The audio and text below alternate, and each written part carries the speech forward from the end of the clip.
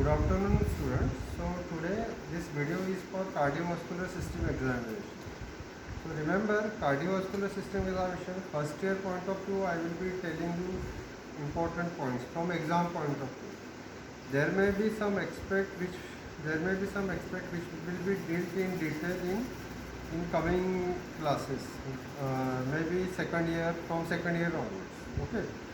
So whenever you are doing a CVS examination, okay, whenever you are doing a CVS examination, when it is cardiovascular system examination, it has to be done under four headings. Okay. So first is examination of pulse, examination of blood pressure, examination of jugular venous pulse, and examination of precordial. Okay. So these are the heading under which this is to be done. Okay. So pulse and BP examination we have already done. Okay. So today I will be telling you, I will not be covering in this video, I will not be telling you about theoretical aspect. My main focus will be on how to do it and how are you supposed to report your finding. Okay. So that will be my main focus. Okay. So now first I will be telling you about examination of JBP, or in general we will start with the precordial examination of precordial. Okay. So today since we are running short of human resources at present because of COVID, we are just doing it on mannequin. Okay. So see, this mannequin is there, he is in supine position. So in your exam or in whenever you are doing it for patient, ideally CVS examination has to be done in 45 degree. So for that what will you do? You will go towards this side of the bed. You will just raise the bed. Okay. So it is in 45 degree. Okay. So this is the part, okay, which needs to be exposed for examination of cardiovascular system, or to be precise, examination of precordial. Okay. So first of all, I will be telling about examination of jugular venous pulse. So for examination of jugular venous pulse, again I am telling you, exam point of view, JBP may be asked as a separate question and examination of precordium will be different. So whenever it is you are doing JBP, okay, first of all, degree 45 degree, patient should be in 45 degree. Now JBP, so if you see in the neck, this is your neck portion. So in the neck portion, mainly pulsations seen are carotid artery pulsation. Pulsation may be carotid artery pulsation, or pulsation may be jugular venous pulse. And see, there are certain points by which you can differentiate carotid artery pulsation and jugular venous pulsation. I am telling just one or two, but in detail we will be discussing in our discussion classes on practical. So mainly thing, carotid artery pulsation, it has to be palpated with the help of thumb. It is generally in this point. Okay. So carotid artery pulsation you can feel on yourself. Okay. So carotid artery pulsation is generally well felt. And if you take JBP is somewhere here, this portion.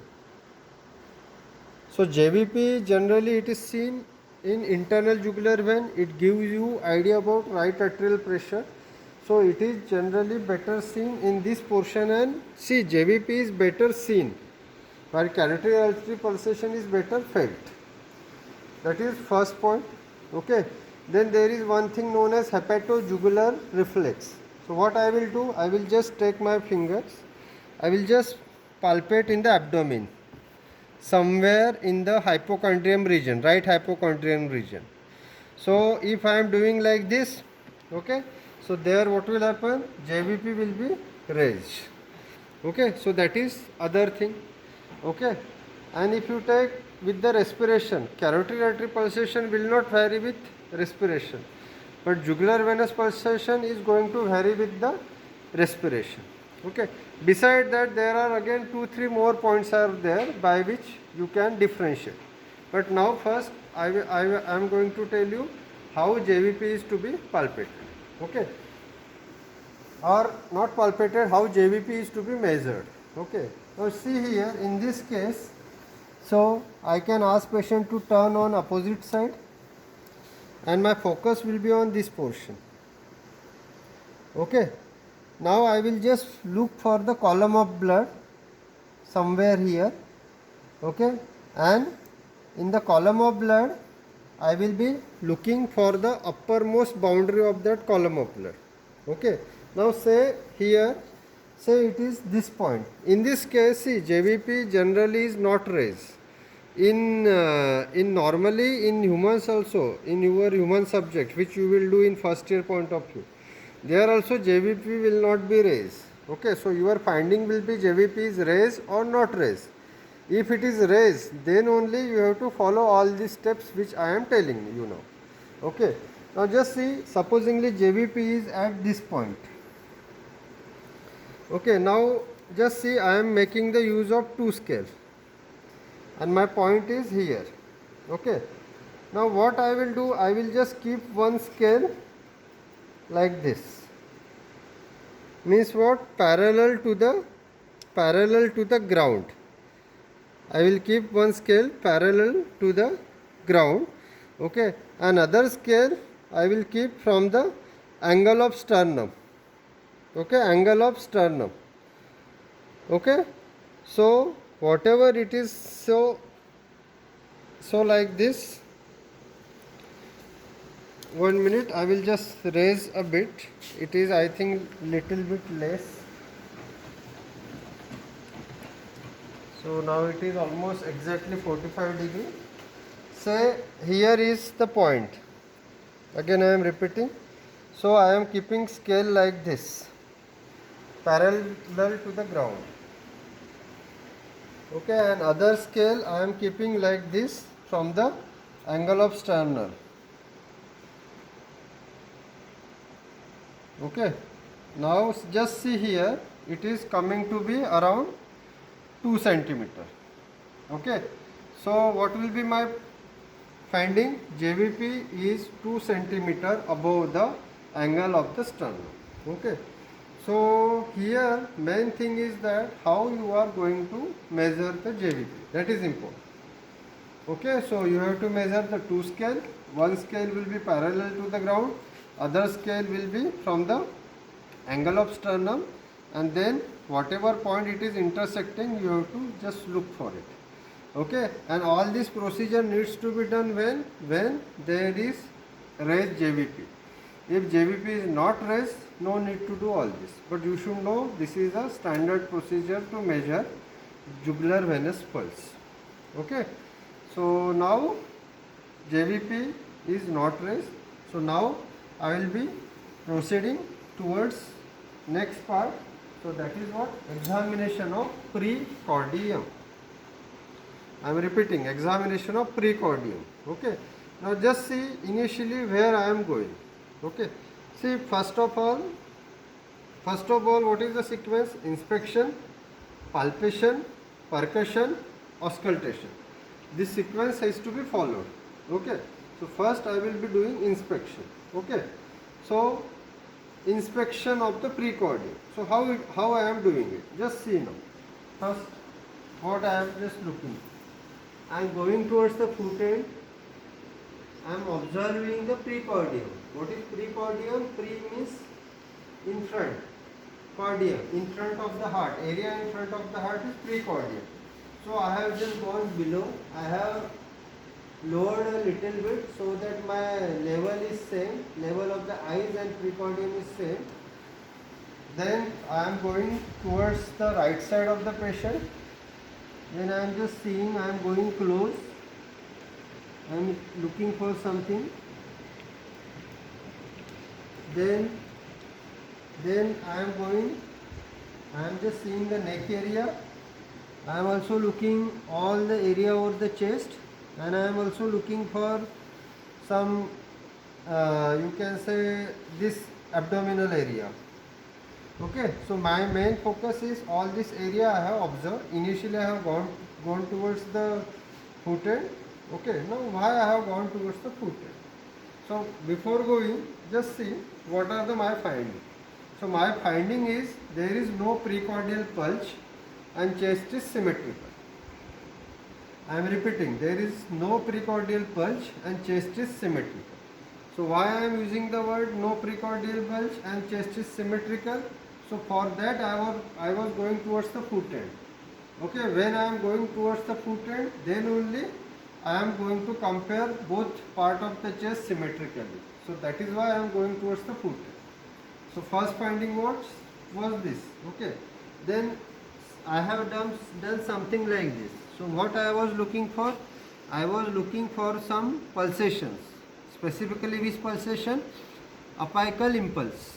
So I have looked for apical impulse where it is present. So since it is a mannequin, here it is absent. Okay. So apical impulse is absent. Okay. Then what I have seen? I have seen some pulsations in the neck area, some pulsation over the chest, and some pulsation in this area, that is epigastric region. So I have looked for all this. So what was my finding? Apical impulse absent. There are no visible pulsation in the neck area, chest area and epigastric region. Okay. Then what I have looked for? Then I have looked for any distended vein. There are no distended vein. I hope what are distended, you know what is, like for example, just see. These are veins and these are distended. If you are able to see such distended vein over the chest, then you have to tell distended vein is present. Okay, but here it is, they are not there. Then what I will look for? I will look for any scar. Is there any scar? Okay. Then what I will look for? Besides scar, I will look for any sinuses. Sinuses are mainly seen in tuberculous lymph node infection. So there I have to look for sinuses also. Okay. So these are my main finding in inspection. See, trachea also you can comment. Okay. In CVS also. But trachea is already, I think you have been taught about trachea in RS. Okay. So it depends. Sometimes you can take it under CVS also. So here I am not commenting on trachea. Okay. So this is about inspection of precordium. What I have seen? First of all, whether there is precordial bulge or not. For that I have gone towards the foot end. Then I have looked for the apical impulse. Then I have looked for any other pulsation. Then I have looked for any distended vein. Then scars and sinuses. Remember, if you are doing it human patient, okay, again you may get sometime apical impulse may be absent, like in this case. So in that case, apical impulse absent, that will be your finding. Okay, but sometimes, many times it is present.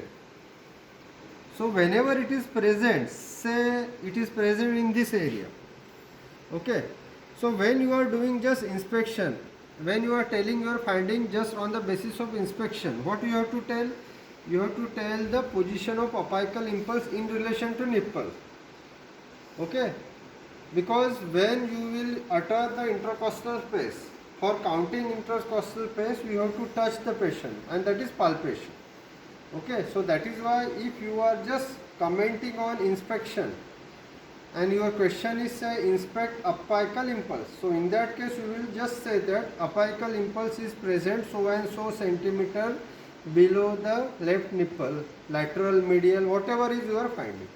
Okay, so that is in the inspection, finding of inspection. Okay, so I hope till now it is clear. Okay, so now I am proceeding further. So now I am going towards the palpation. So now I am palpating the apex bit. Okay, I am palpating the apex bit. So in palpation, there are many things are there. Like first is apex bit, then you can palpate carotid artery pulsation. Then other thing is thrill. Then parasternal heave is also there. So exam point of view, you should focus mainly on apex bit. Okay, parasternal heave also I will be telling you, but my main focus will be on apex bit.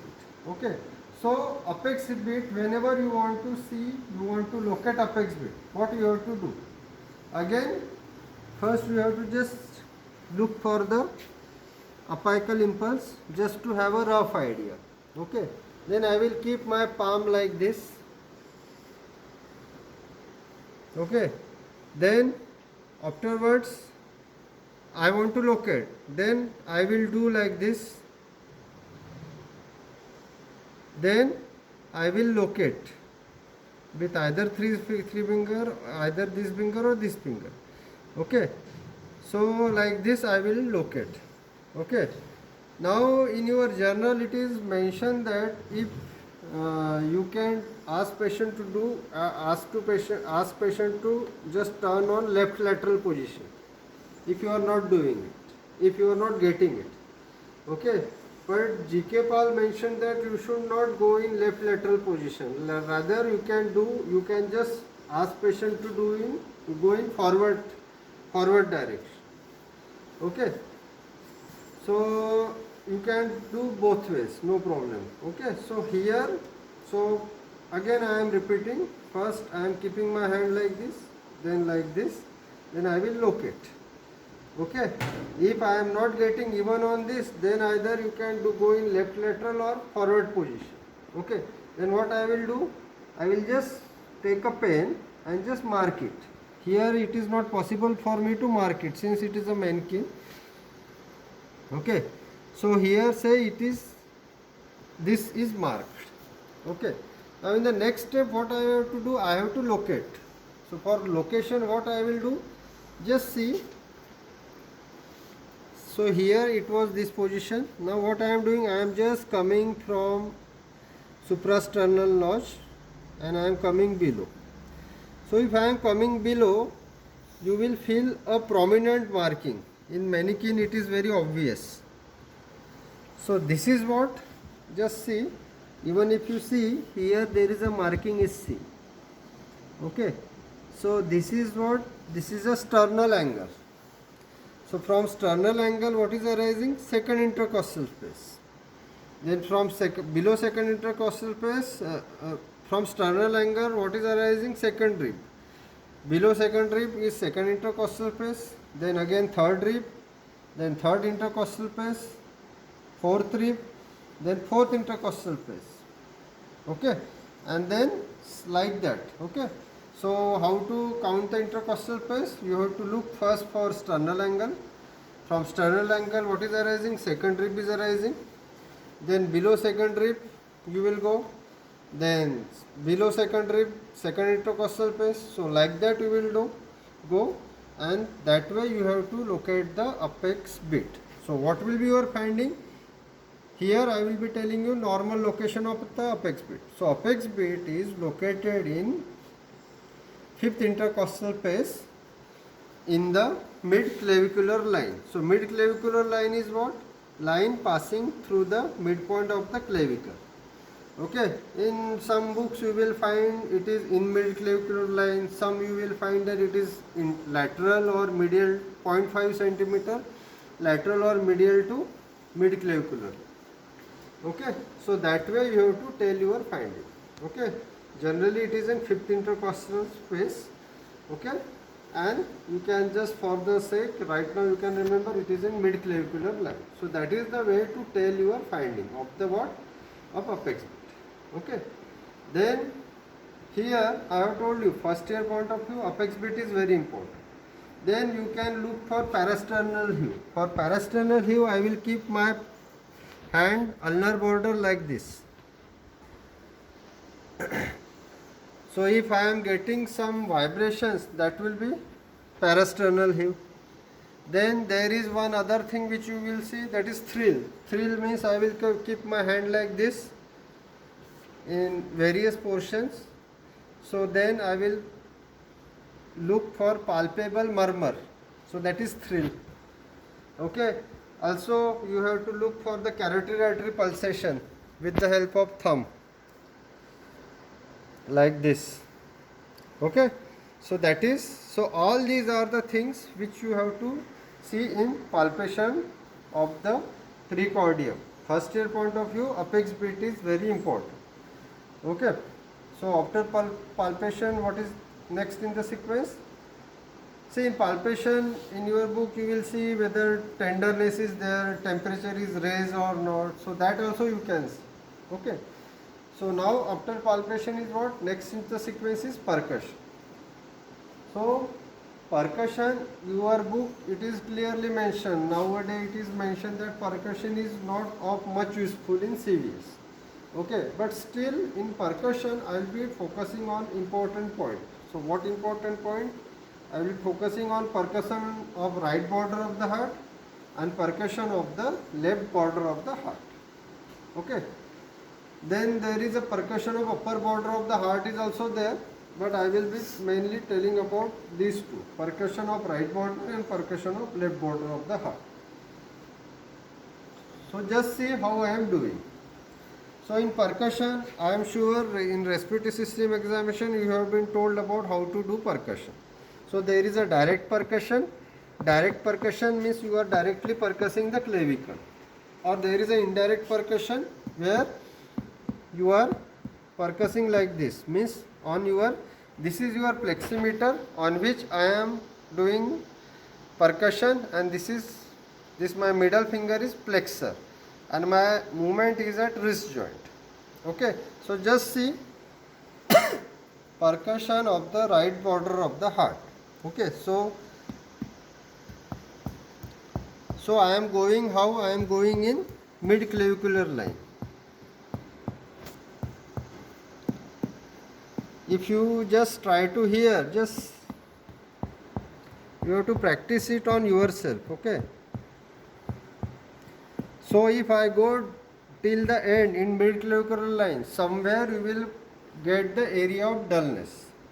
So moment you are getting dullness, then what you will do? You will go one space above, and then what will you do? You will come from lateral to medial, again one space above, lateral to medial,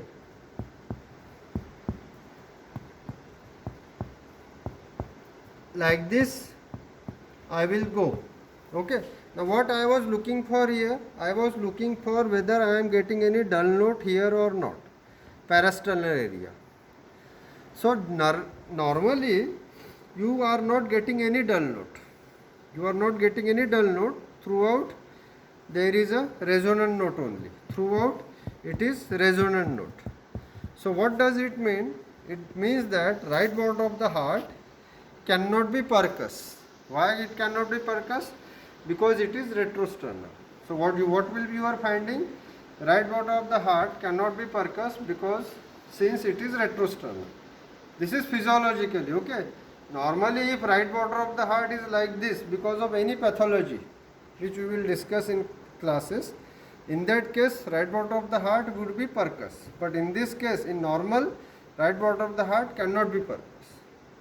Okay, so this is what percussion of the right border of the heart. Okay, now next is what? Percussion of the left border of the heart. So for percussion of left border of the heart, what is the first thing? Again you have to look for the apex impulse, then apex beat, like this all process. Okay, so all that step will be of apex beat. First you have to locate the apex beat. Okay, then once you have located apex beat, what I will do? Whatever point I have got apex beat, in that intercostal space I will go laterally, and then what I will do? From lateral to medial, from lateral to medial I will come. Okay, laterally which note I will hear? I will hear resonant note. So when I am coming medially, what I will hear? At certain point, especially on apex beat only, I will get a dull note.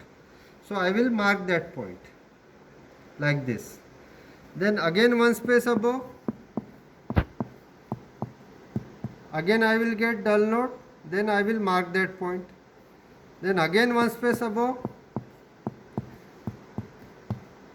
then again I will mark that point. So generally you will get dull note in 4th, 5th and sometime in 3rd intercostal space. So you will get a boundary like this. If you go in the second space throughout generally you will get resonant note only. Okay, so I am getting a boundary like this.